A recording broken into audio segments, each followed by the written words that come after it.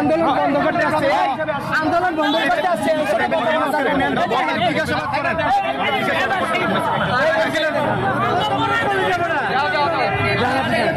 আন্দোলন বন্ধ করতে আসছে, বুঝেন না কেন? ভাই কি হয়েছে এখানে বলেন তো, এর সাথে কি হয়েছে? এরা আন্দোলনকে নকশাত করতে আসছে। কি হয়েছিল, ঘটনাটা কি ঘটছে?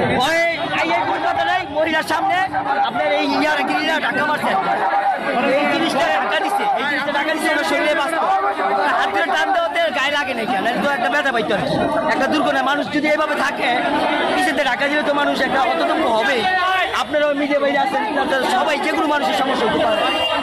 এখানে যারা গুরুতর আহত কিংবা সমস্যা যদি বললে আমরা সেটা যে দেন আপনাদের চোখের সামনে হুন্ডা যাইতেছে গা, আমরা তো ওরকম ভাবে ধরতেছি।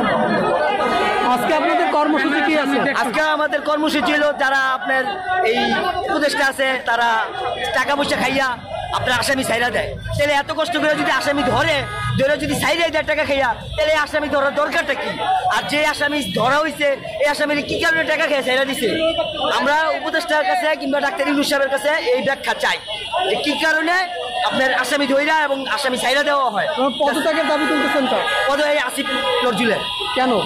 উনি হচ্ছে আসামি ধইরা টাকা খেয়ে সাইরা দিছে, এই ওনার জন্য। আমরা শহীদ পরিবার, শহীদ আব্দুল রাকিবের ভাই। আমি 5ই আগস্ট যাত্রাবাড়ি থানায় আমার ভাইরে নৃশংসভাবে পুলিশ গুলি করে মারছে, সেই আসামি ধইরা যদি আমার সাইরা দেয় তাহলে আসামি ধরার দরকারটা কি? আর আমাকে মামলা করার উদ্দেশ্যটা কি?